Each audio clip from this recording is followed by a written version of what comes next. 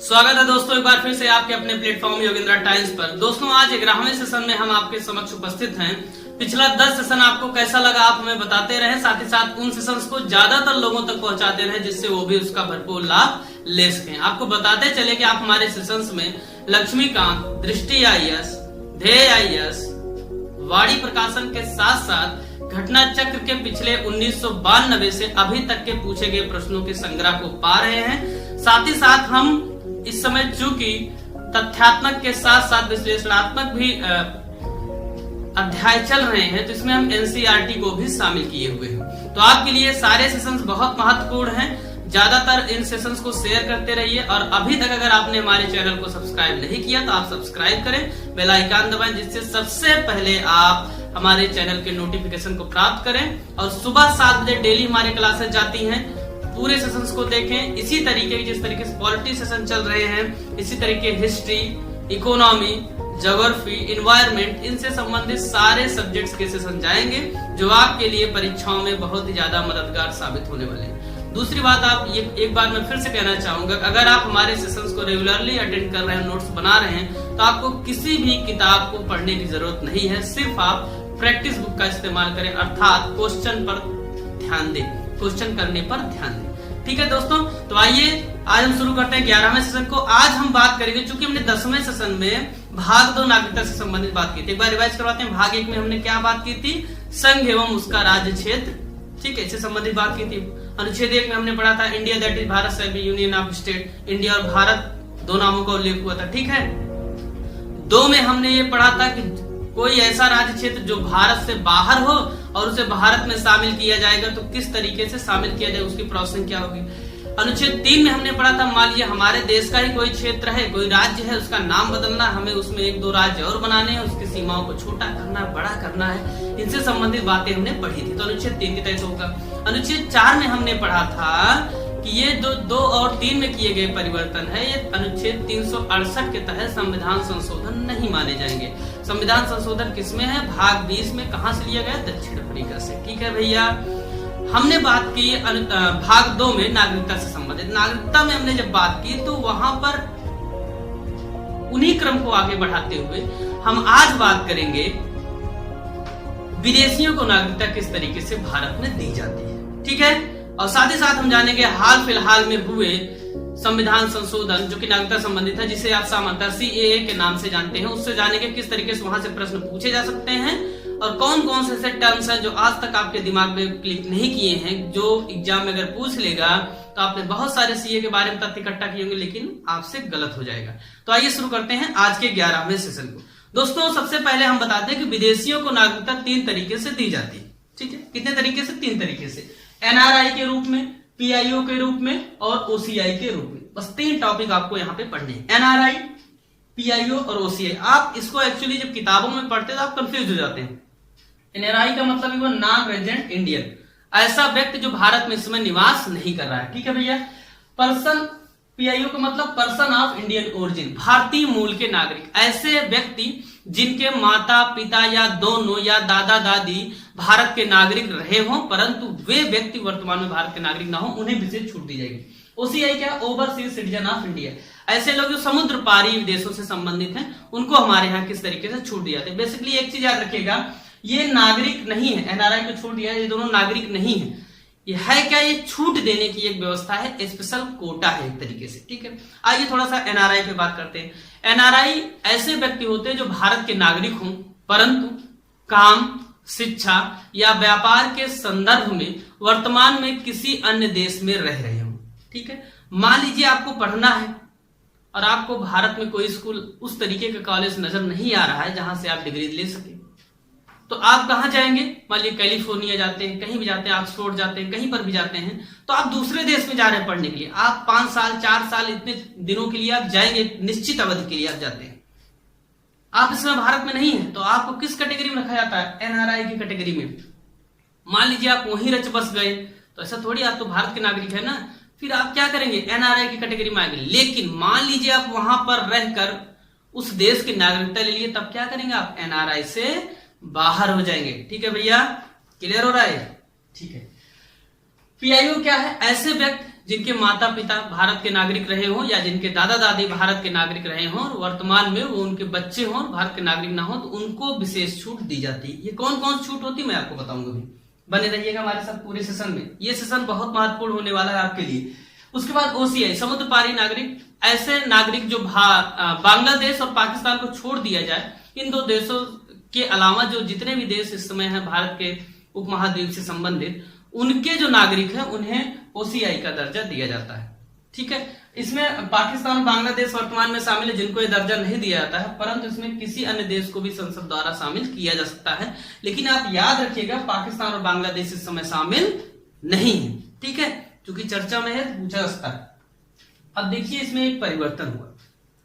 परिवर्तन ये हुआ भैया 2015 में PIO कैटेगरी को, अर्थात पर्सन ऑफ इंडियन ओरिजिन जो था, इसको समाप्त कर दिया गया।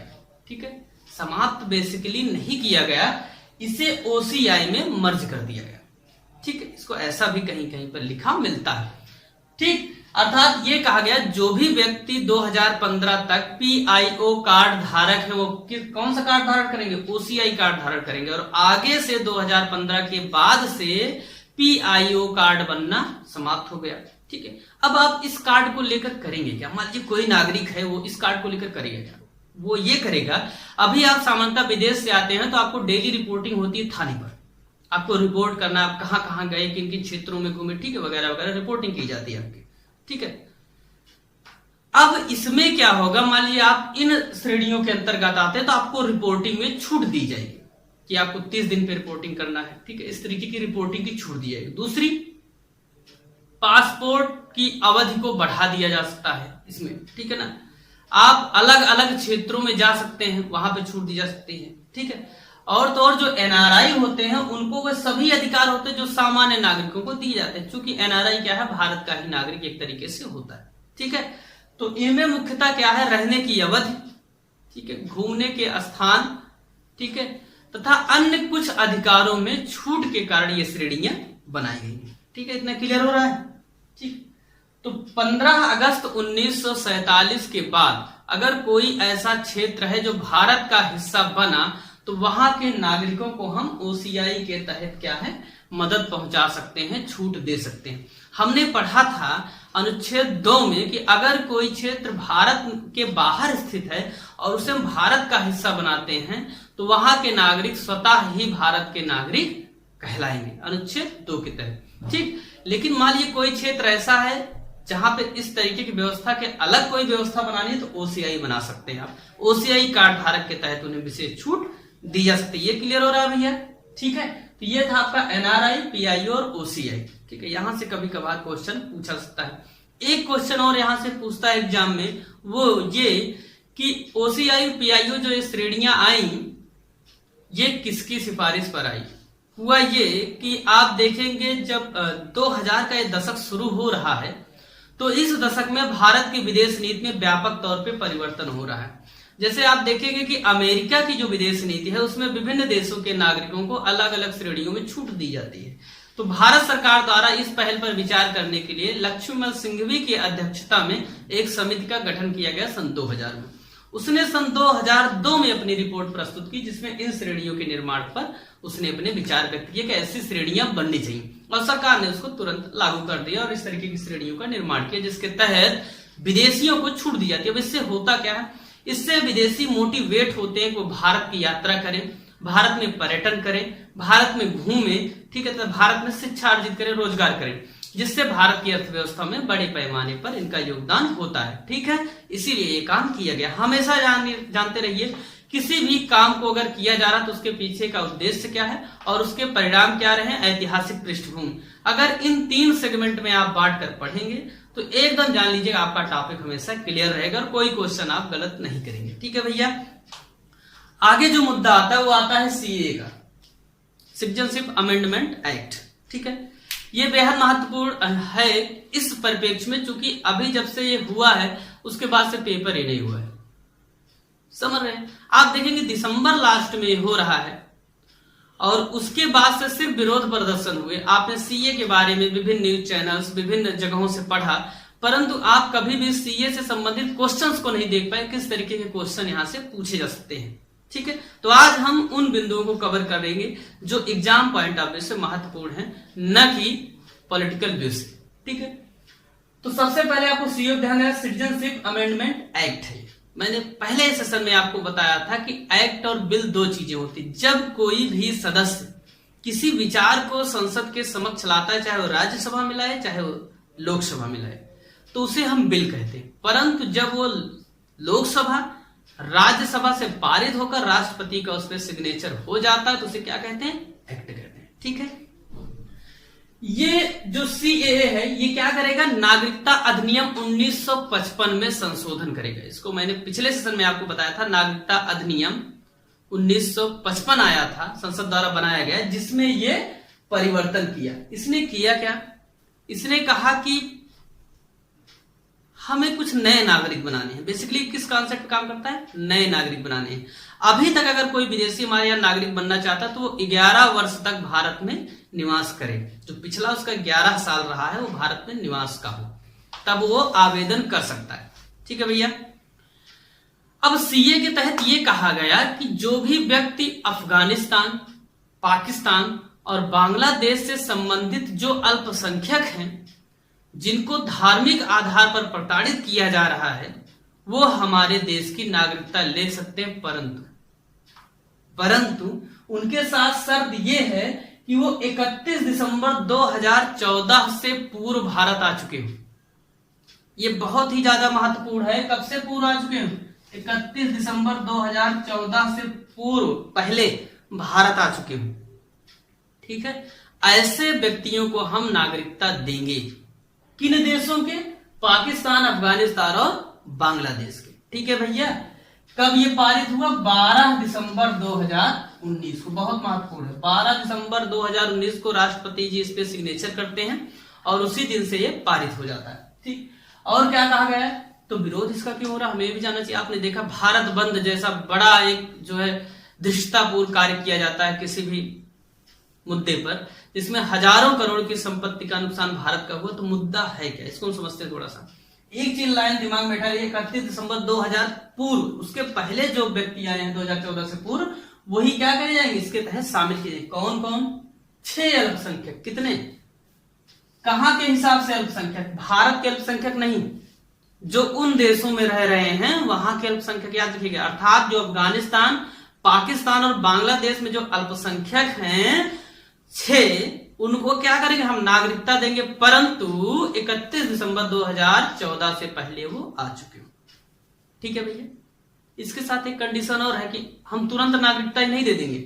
शर्त यह भी कि उन्होंने 5 साल पूरा किया हो भारत में। जो 11 साल, इसमें सिर्फ दिक्कत एक चीज की है, जो सामान्य विदेशी नागरिक आएगा उसे 11 साल भारत में रहना होगा। इन लोगों को मात्र 5 साल, अगर 2014 से 19 तक रह चुके हैं लगातार भारत में, तो इनको भारत का नागरिक घोषित कर दिया जाएगा। ठीक है, अब कौन कौन से हैं? हिंदू हैं उसमें, ठीक, सिख हैं, बौद्ध हैं, जैन हैं, पारसी हैं, ईसाई हैं। कौन कौन? हिंदू, सिख, बौद्ध, पारसी, ईसाई, जैन, ये इसमें 6 अल्पसंख्यक शामिल हैं। आप देख रहे होंगे इसमें एक समुदाय शामिल नहीं है, वो है मुस्लिम समुदाय, और इसी पर सारा जो है चर्चा परिचर्चा केंद्रित रही है। चूंकि आप देखेंगे जिन देशों की बात हो रही है, पाकिस्तान, अफगानिस्तान और बांग्लादेश की, इन देशों में मुस्लिम आबादी बहुसंख्यक है, इसीलिए इस समुदाय को इसमें शामिल नहीं किया गया। ठीक है भैया, सिर्फ इसके पीछे एक कॉन्सेप्ट है जिसको आप समझ सकते हैं कि मुस्लिम आबादी चूंकि वहां बहुसंख्यक है इसलिए उसको शामिल नहीं किया गया है। बाकी सारे लोग क्या हैं? अल्पसंख्यक हैं, और इनकी धार्मिक आधार पर प्रताड़ना हो रही, लगातार मारे जा रहे हैं, वहां भगाए जा रहे हैं, इनकी बेटियों के साथ जबरदस्ती शादियां की जा रही है, इनको पढ़ने नहीं दिया जा रहा है, नौकरियों में आरक्षण नहीं दिया जा रहा है, चुनाव नहीं लड़ने दिया जा रहा है, रोड पर चलने नहीं दिया जा रहा है, दुकानें नहीं खोलने दी जा रही, व्यापार में पार्टिसिपेशन नहीं दिया जा रहा है। तो क्या इनको दिक्कतें आ रही, इसीलिए सरकार ने सोचा कि चूंकि ये अफगानिस्तान, पाकिस्तान और बांग्लादेश को ही क्यों चुना है, श्रीलंका को क्यों नहीं चुन लिया? ये भी क्वेश्चन आता है, नेपाल को क्यों नहीं चुन लिया? इसके पीछे सीधा सा एक कॉन्सेप्ट ये है कि चूंकि भारत के साथ अफगानिस्तान, पाकिस्तान और बांग्लादेश तीनों संबद्ध रहे, हमेशा तीनों देश ना होकर ये एक देश था, तो अभी हाल फिलहाल में अलग हुए ना, तो इसीलिए भारत कहीं न कहीं इन नागरिकों के साथ भावनात्मक रूप से जुड़ा हुआ है और इसीलिए भारत सरकार ने कदम उठाया। अब देखिए होगा क्या। जैसे ये अधिनियम लागू हुआ, विदेशी अधिनियम 1946 और पासपोर्ट अधिनियम 1920, विदेशी अधिनियम 1946 और पासपोर्ट अधिनियम 1920 के तहत इन नागरिकों को छूट मिल गई। ठीक है, इन नागरिकों को छूट मिल गई कि पासपोर्ट में भी छूट मिलेगी और साथ साथ विदेशी अधिनियम जो है उसके तहत भी छूट मिलेगी। ठीक, विदेशी अधिनियम के तहत ये होगा कि आपको 11 साल के 5 साल रहना पड़ेगा, पासपोर्ट के तहत पासपोर्ट धारण से आपको छूट मिल जाएगी। जो लोग पासपोर्ट नहीं भी धारण करते, चूंकि हुआ क्या, इस दौरान ज्यादातर लोग जो है अवैध रूप से भाग कर आए हैं, ठीक है ना, इसके लिए प्रावधान किया गया। अब अन्य महत्वपूर्ण चीजों में एक चीज ये शामिल है, बहुत ही ज्यादा महत्वपूर्ण है, अनुसूची 6 पर यह लागू नहीं होगा। इसको आप याद रखिएगा, अनुसूची 6 पर लागू नहीं होगा।